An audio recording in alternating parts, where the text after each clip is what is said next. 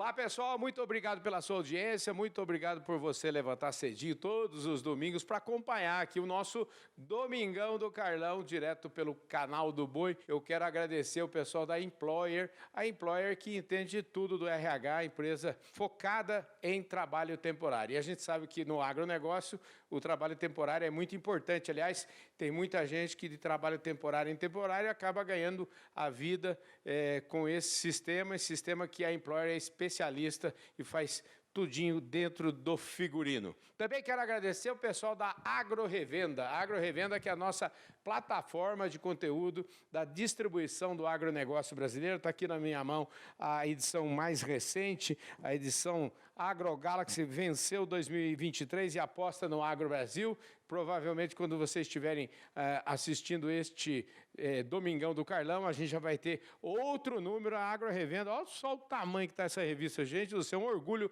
cada edição da AgroRevenda com praticamente 200 páginas. Bom, dados os nossos recados paroquiais, eu tenho a honra de apresentar para vocês todos, aliás, o agronegócio inteiro conhece essa figura que está aqui do meu lado, que é o Celso Casale, que é o caboclo, o sobrenome dele se confunde com o negócio de equipamentos para pecuária, e principalmente para pecuária de precisão, principalmente para pecuária de confinamento, para pecuária de semi-confinamento, para pecuária que tem contribuído cada vez mais com o agronegócio brasileiro, com a balança de exportações, em alimentar o mundo. Ô Celso, obrigado pela gentileza de receber a gente aqui, viu?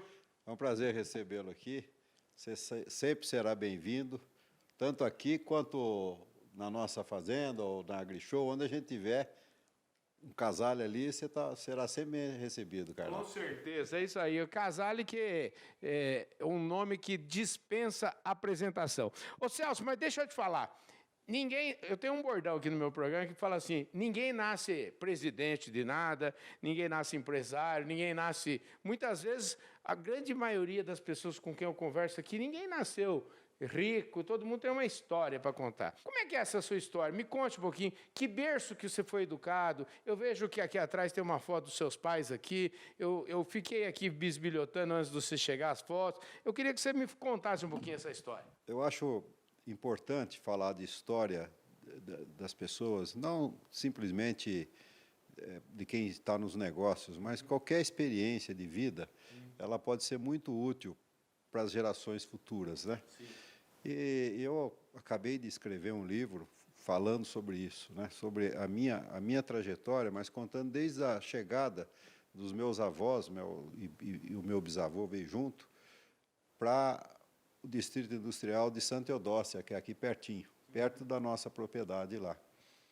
E é uma saga familiar interessante, porque, geralmente, como é sabido, né, os imigrantes do século XIX, que vieram para cá, também um pouco do começo do século XX, são pessoas que estavam sofrendo, passando fome, nos seus países de origem, né?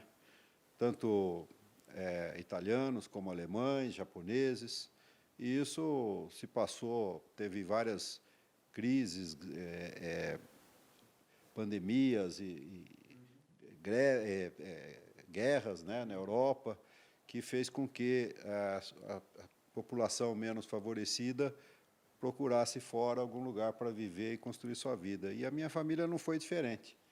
Os meus avós vieram ainda jovens, né? O meu avô tinha 16 anos, a minha avó 14, se conheceram no navio.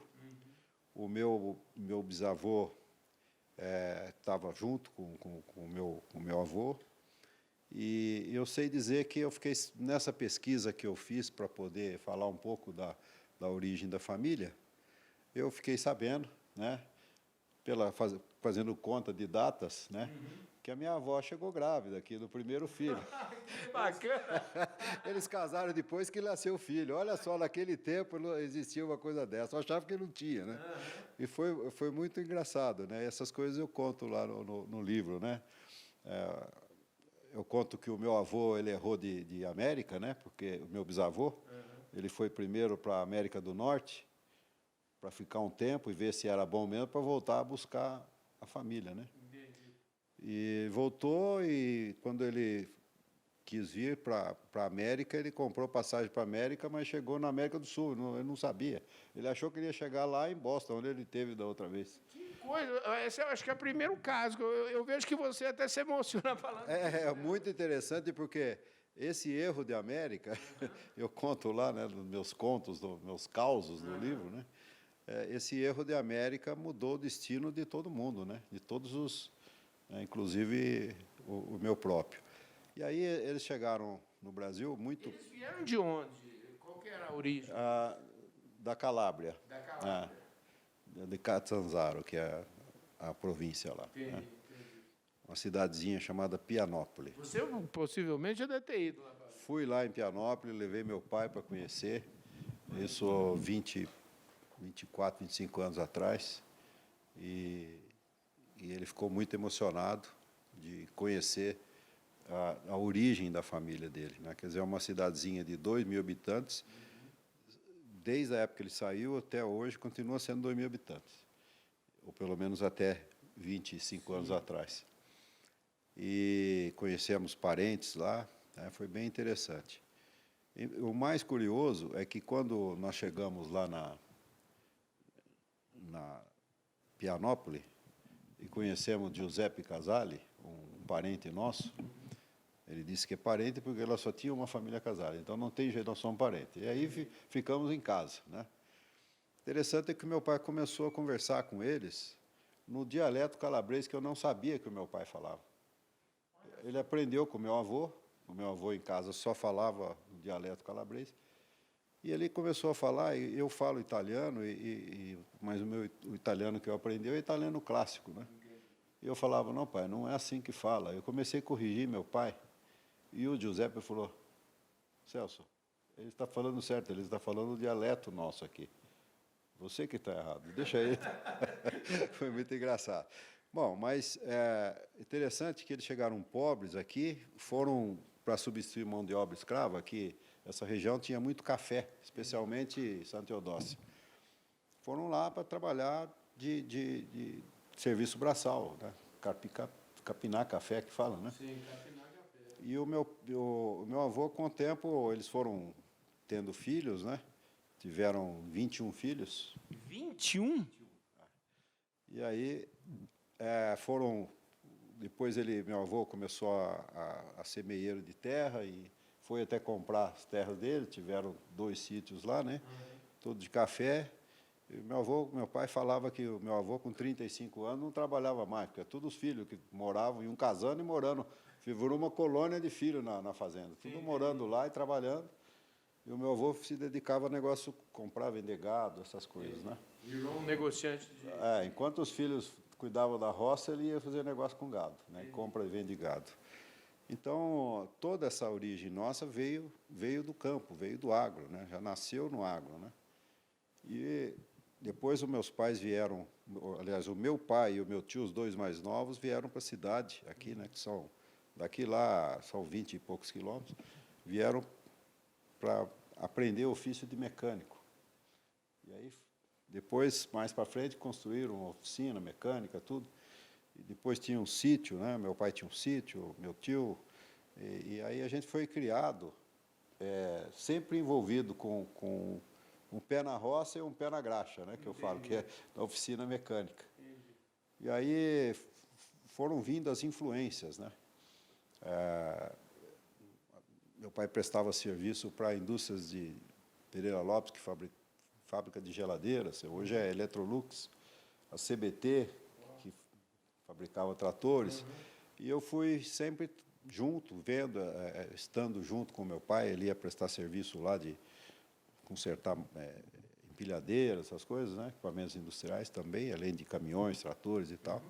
E eu fui absorvendo vamos dizer, essa cultura industrial por osmose, né? Vendo aquilo, e acabou que eu coloquei na minha cabeça que um dia eu queria ser igual aquele industrial lá, o dono da fábrica de geladeiras, né? Que eu ia junto, ele andava, eu mostrava a fábrica e tal, e eu, pequenininho, eu corria para acompanhar ele e meu pai andando, e eu fui aprendendo assim, me influenciando com aquilo. Falei, um dia eu quero fazer isso. Aí você juntou a influência que veio do agro, da parte mecânica, com a parte industrial, que São Carlos sempre foi uma cidade que se destacou na área industrial, né? Isso foi me motivando a um dia ser um industrial. Não sabia nem o que era isso, mas eu achava bonito o sujeito produzindo máquinas, equipamentos, né? E achava aquilo bonito. Você é um cara, então, que sempre estava aí influenciado do ponto de vista prático nas coisas que o seu pai fazia, nas coisas que o seu avô fez. Como é que foi a sua mãe era exigente em termos de educação? Que você tinha que ir para a escola, tinha que tirar boas notas? Como é que foi isso?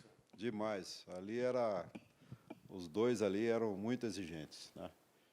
Quem acompanhava mais de perto era minha mãe, para ver se fazia as lições de casa, não fazia. E se eu tivesse uma nota baixa, ela falava para o meu pai, aí vinha a bronca pesada. Trabalhava em dupla. Então, ele sempre falou, tem que estudar, vocês podem fazer o que vocês quiserem, mas todo mundo vai ter que se formar alguma coisa. E a gente foi seguindo esse conselho, eu fui fazer engenharia mecânica, né? E quando eu estudava, eu falava com os colegas, a gente conversava sobre o que ia fazer para o futuro. Aí um falava, eu vou trabalhar na Petrobras, o outro quer trabalhar na indústria automobilística. E eu falava, eu vou ser industrial. E eles achavam aquilo esquisito.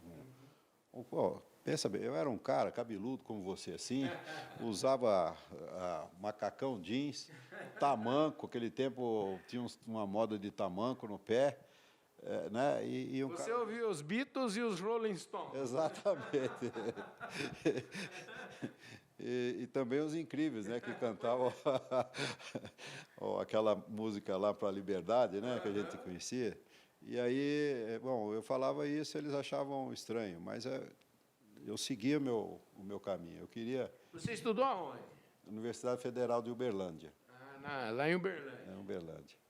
Então, as coisas foram acontecendo, assim, embora eu tive várias grandes oportunidades de trabalho, inclusive nos Estados Unidos, logo que eu me formei, eu fui refugando porque eu tinha um objetivo na vida, eu não queria desviar dele. Eu tinha medo de, se eu fosse para outro lado, eu ia acabar não fazendo o que eu quisesse, e eu ia ficar frustrado. Então, seguia o meu caminho, foi difícil. Maravilha. Escuta, mas como é que foi isso? Porque, assim, eu sempre pergunto, quando o cara está na universidade, se existiu na sua vida um período em que você, vamos dizer assim, ou ficou desempregado, ou ficou sem saber o que fazer. Como é que foi seu período de faculdade, você que já tinha esse norte?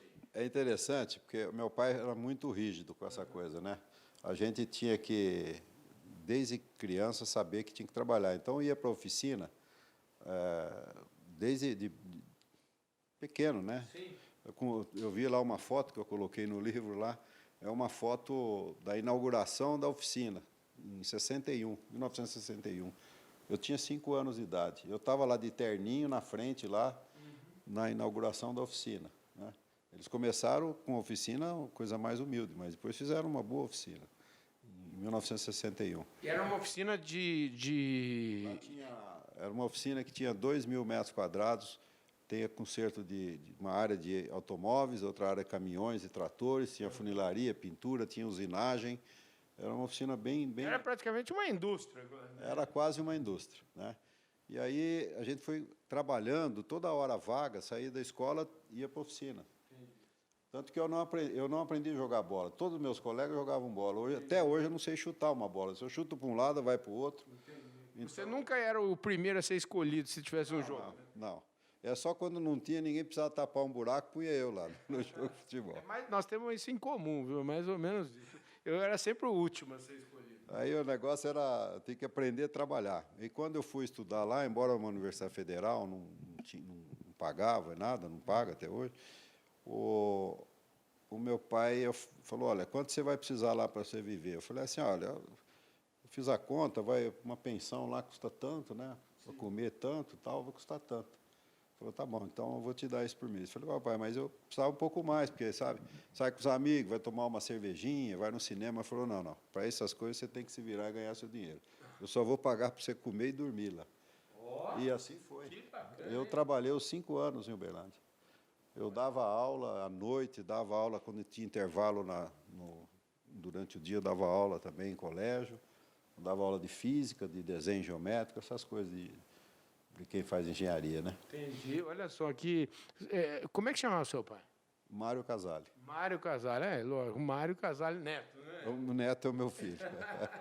Mário Casale Neto, que é o filho dele, que ficou por um tempo aqui, que hoje está no desafio de pré-candidato aqui, né, rapaz? O Mário resolveu ir para a política, quer ser prefeito da cidade. Vamos ver. Vamos ver. Deixa o Mário, eu acho que esse aí ele está seguindo o destino dele. Né? O destino dele.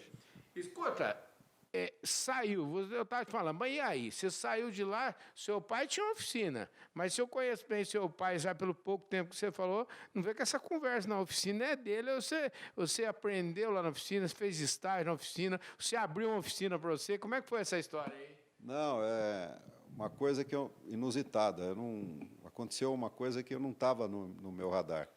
Eu achava que eu ia trabalhar numa empresa, ganhar uma certa experiência, né? E eu queria ir na área de máquinas agrícolas.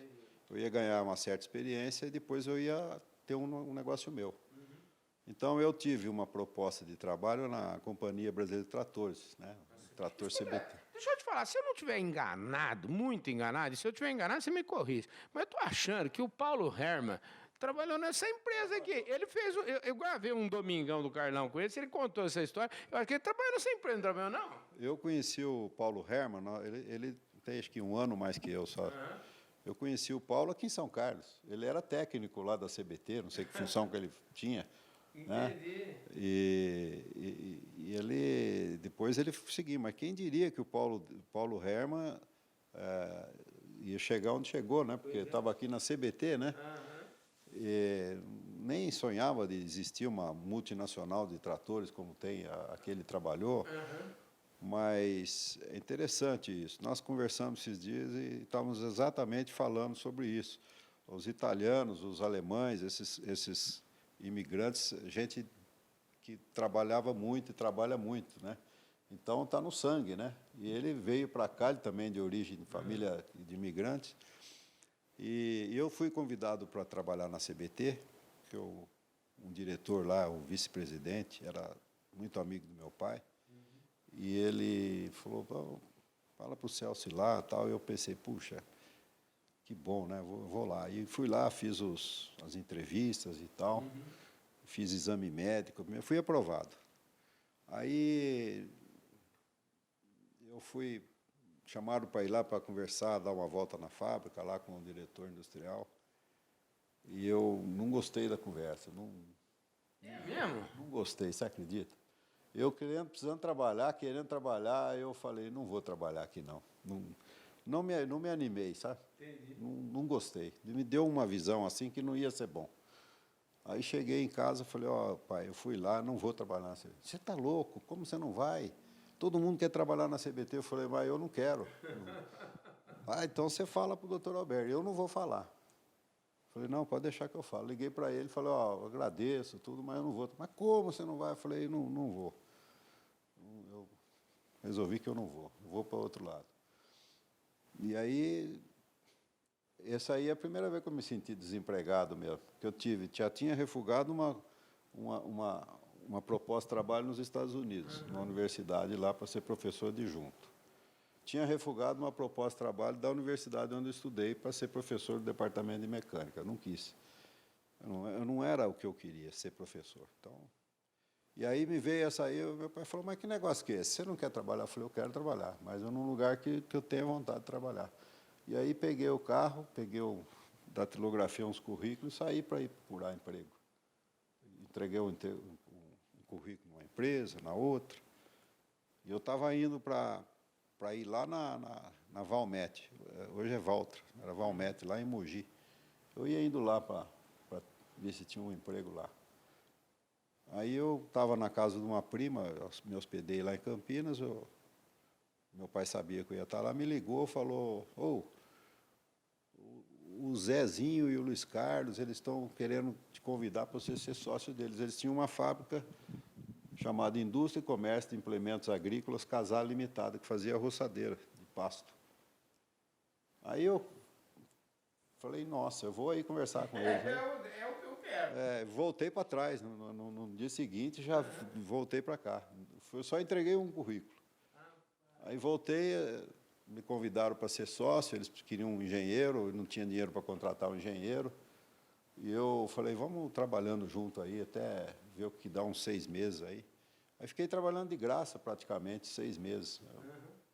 Ganhava um valor de hoje, seria R$1.000, uma coisa assim, só para... Aí comecei a trabalhar, ver os custos e tudo, fazer o trabalho que tem que fazer, que eles não faziam. E senti aquilo um grande desafio. E acabei entrando na sociedade. Meu pai era uma empresa muito pequena, né? Tinha 13 funcionários, um galpãozinho de 400 metros quadrados, uma coisinha. E aí o meu pai me arrumou um dinheiro para entrar como sócio, entrei como sócio lá e comecei a vida. Nós ficamos juntos 2 anos lá. Depois eu quis fazer do meu jeito e é isso. O jeito seu era diferente. Diferente do deles. Então, eles ficaram com uma outra empresa, nós tínhamos uma transportadora, eles ficaram, e eu continuei com a Casale, que nasceu quebrada, porque mudei o nome para Casale Equipamentos, né? Não tinha, era muito difícil de falar, indústria e comércio de implementos agrícolas, Casale Limitada. Cada vez que ia ligar para fazer uma compra, ficava um tempão falando o nome, falei, não, vou pôr um nome mais curto. Aí ficou Casale Equipamentos. Entendi. Porque eu também quis fazer qualquer outra coisa na época que parecesse. Fui fazer equipamento para a usina de açúcar e álcool, eu tinha que fazer aquilo girar, porque estava muito ruim. 79, a situação estava feia. Para vender uma roçadeira era difícil. Falei, não, vou fazer alguma outra coisa para ir até chegar no... E foi aí que começou a grande história, a grande batalha. Eu casei no mesmo ano. Olha só que coisa interessante. Essa é uma história que eu queria... A gente, infelizmente, você conversa boa, você não sabe o tanto que passa rápido. Já estamos falando aqui, nós já estamos quase nos finalmente já, mas eu queria saber o seguinte, em que momento, a partir daí, você está me falando, pelo jeito, você teve sócio durante uns 2 anos e depois você está no trecho, assim... minha mulher virou minha sócia. A sua mulher virou sua sócia. Quando é que você falou assim, não, o trem... deu certo? Falou assim, não, trem... Como é que foi isso? Ô, Carlão, eu vou falar uma coisa para você. Eu nunca achei que não daria certo. Eu sempre fui um cara, eu acho que até um pouco irresponsável. Porque você ser otimista é bom. Mas eu era otimista demais. Então aí, beira a irresponsabilidade. Você sabe que eu falo isso, eu já falei isso várias vezes, sempre falo isso com o Roberto Rodrigues, já falei várias vezes com ele, eu falei assim, eu sou um otimista por precisão, porque eu não tenho alternativa, pelo menos eu não tinha alternativa. Eu não sei se esse é o caso. Não, eu me enquadro perfeitamente nesse perfil aí. Não é? Otimista por precisão, porque eu não tinha outra opção. E até eu falando assim, o Paulo Herman vai saber disso, que o Paulo, já falei com ele várias vezes, e assim, e outras pessoas, vai ser difícil você ver um pessimista também bem-sucedido, não é verdade? O cara para ser bem-sucedido, também precisa de otimismo, né? Eu não tenho a menor dúvida, o pessimista jamais vai ser um bem-sucedido. O pessimista já nasceu morto, né? Acorda achando que aquele dia ele vai morrer, vai acontecer. Escuta, mas então, quer dizer, você é um otimista, mas como é que foram esses anos aí? Porque o pessoal que está assistindo a gente, muita gente não conhece. Eu vou fazer 59 anos, a gente é de uma geração que viveu anos 80 com o Brasil de inflação de 80% ao ano, né? Isso aqui a gente conversa, não é? Bom, nós vivemos várias crises, né? Eu mais que você, que eu sou 10 anos mais velho. 68 eu vou fazer. Mas várias crises que a gente entrava nela e não sabia como é que ia sair. É igual o sujeito entrar no meio de um olho de um furacão, ele está vendo entrar, mas não sabe como vai sair. E era assim. E era na fé, na luta, na garra, você nunca conseguia estar preparado para mais uma crise. Ela ia acontecendo e você ia ter que ir sabendo lá como que ia sair. Então, no fim, as coisas foram aliviando. Mas a última crise brava que eu tive, que eu que foi difícil, mas eu tinha certeza que eu saía dela. Lembra da marolinha? Sim, lembro. Que aconteceu lá em 2008. Lá Lembro. Aqui ia chegar uma marolinha. Aquilo ali foi difícil aqui, viu? Para nós, pelo menos, foi muito difícil. Nós não estávamos preparados. Então, nós quase quebramos.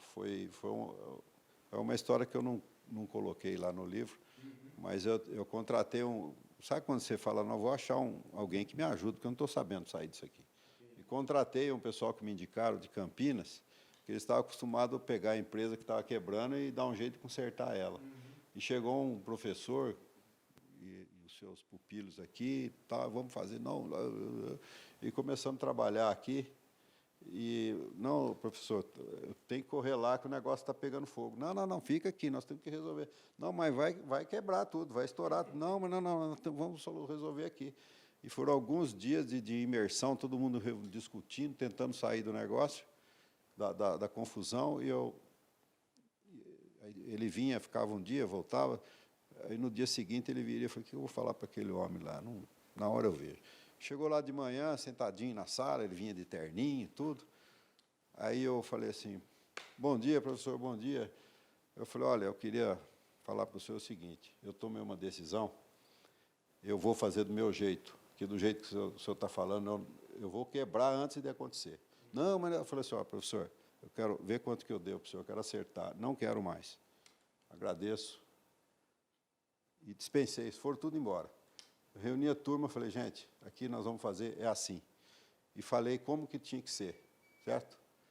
E aí nós conseguimos, 6 meses depois, revigorar a Casale, lançar produto novo, e deu certo. E se eu tivesse com aquela consultoria, não estaria aqui contando a história. Às vezes consultoria é bom, mas às vezes acaba de quebrar o sujeito. Olha só, gente, essa é uma história bacana demais. Bom, não dá, é óbvio que essa história hoje aqui, pelo ambiente que nós estamos aqui, você viu que essa história deu muito certo, né? A Casale hoje é uma empresa que vai muito bem, obrigado, se profissionalizou, não é mesmo? É uma empresa que está para perenizada. Sim, a gente está realizando o que eu, um dia lá atrás, sonhei em fazer. Tornar a empresa profissionalizada, os meus filhos trabalhando na empresa, se quisessem. Os 3 trabalharam, né? Continua a Jaqueline.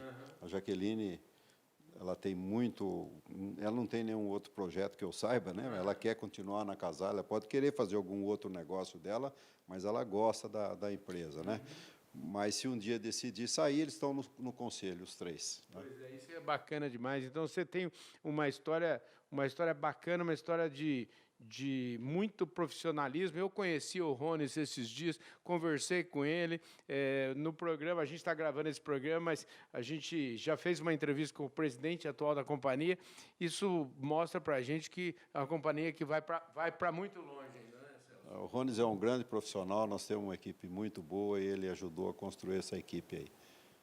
E o Celso é o seguinte, agora, hoje, vocês estão assistindo esse programa no domingo, mas amanhã, segunda-feira, a gente vai continuar esse papo com o Celso aqui, mas lá no programa Fala Carlão, e a gente vai sair aqui, nós estamos na sede da Casale aqui em São Carlos, mas nós vamos sair daqui, vamos conhecer a sua grande paixão, né, Celso? Sim, eu gosto de pecuária, eu andava com a minha mulher, passando pela estrada, éramos jovens, via um gado Nelore assim, falava assim, um dia nós vamos ter uma fazenda com um gado assim, é muito bonito.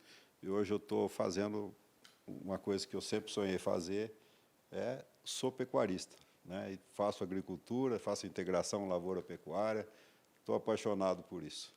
E é isso que você vai ver amanhã no Fala Carlão desta segunda-feira. Só amanhã, gente, eu quero dar tempo de eu mandar um abraço aqui para o pessoal da revista Agro Revenda, dá tempo de agradecer o nosso patrocinador, a Employer. A gente se vê amanhã com Celso Casale.